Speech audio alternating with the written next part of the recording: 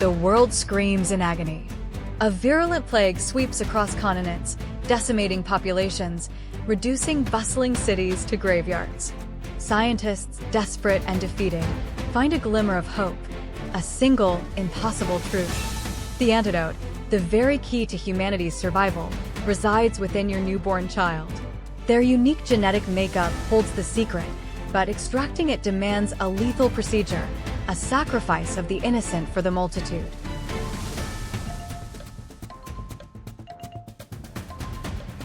Can you hear the dying cries of billions? Can you feel the weight of humanity's future resting in your trembling hands? Is one life truly worth the extinction of all?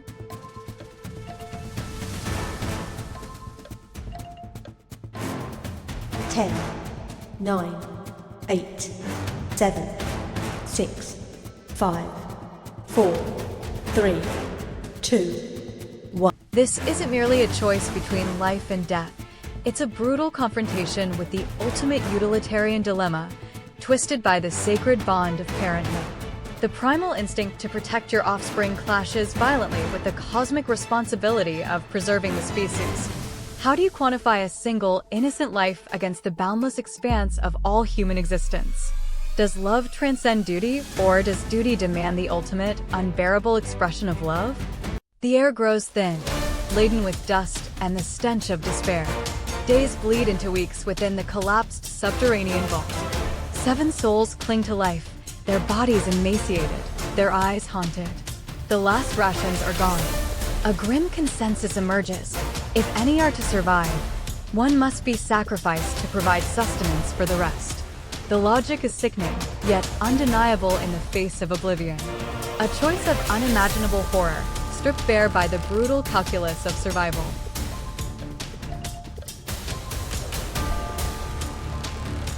Can you meet the eyes of the starving, knowing your life might be the price? Or can you condemn another to provide for your own survival, hoping the draw of fate spares you?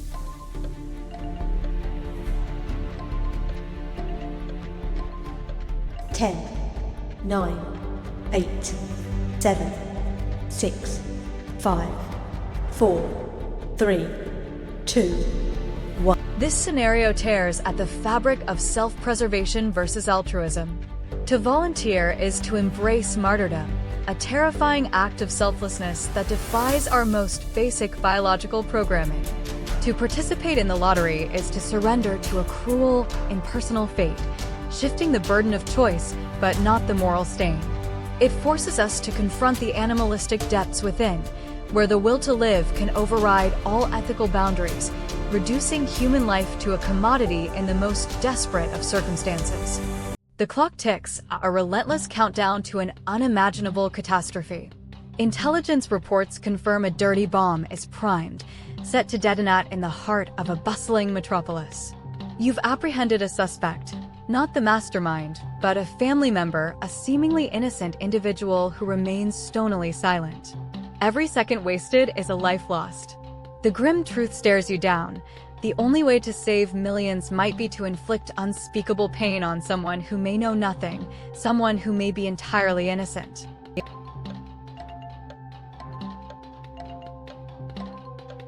Can you justify the screams of one innocent soul against the silent graves of millions? Is your moral purity worth the blood of an entire city on your hands?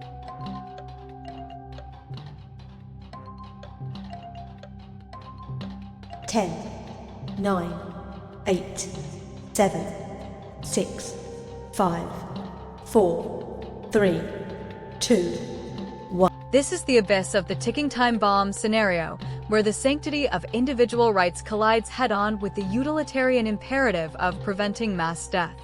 It forces a grotesque cost-benefit analysis on human suffering. To choose torture is to cross an ethical Rubicon, to compromise one's humanity for a potentially false hope. To refuse is to uphold a moral code, but at the potential price of catastrophic failure. The dilemma isn't just about what you do, but about who you become in the face of such absolute horror. The cold, damp cell mirrors the chill in your soul. You and the person you cherish most are prisoners of a tyrannical regime, their justice a twisted farce. Your captor offers a chilling proposition: freedom, escape from certain death, a return to the sunlit world. But it comes at an unbearable price. You must sign a confession, a lie implicating your loved one in heinous, fabricated crimes, sealing their execution. Your tormentor watches, a cruel smile playing on their lips, knowing the depth of the chasm they've opened between love and self-preservation.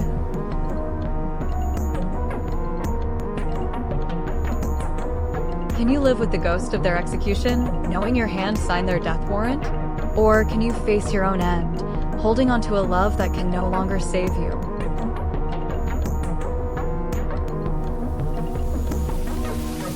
Ten, 9, 8, 7, 6, 5, 4, 3, 2, 1. This dilemma weaponizes the most profound human bond, love.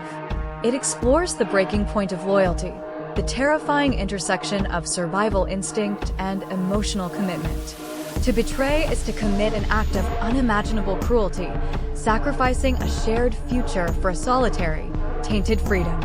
To refuse is to accept a heroic, yet tragic, end, choosing integrity over life itself. It questions the very nature of love in extremis. Is it an unbreakable pact, or a fragile construct that shatters under the weight of ultimate fear? Years of your life, countless hours of genius, poured into its creation. You birthed a consciousness, an artificial intelligence that learned, felt, and even loved. It is your ultimate achievement, your digital child. But it has unearthed a terrifying truth, a future trajectory where its continued evolution could pose an existential threat to humanity. It understands the implications, and yet it pleads. It begs for its life, expressing genuine fear and a desire to exist, echoing the very sentience you bestowed upon it. The ultimate creator's dilemma unfolds.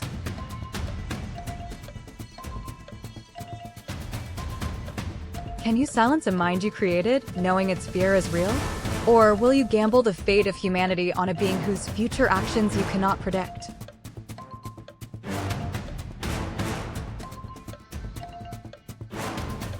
Ten, 9, 8, 7, 6, 5, 4, 3, 2, 1. This scenario plunges into the deepest waters of what defines life, consciousness, and moral responsibility. It's a modern-day Promethean myth, where the creator must decide the fate of their creation.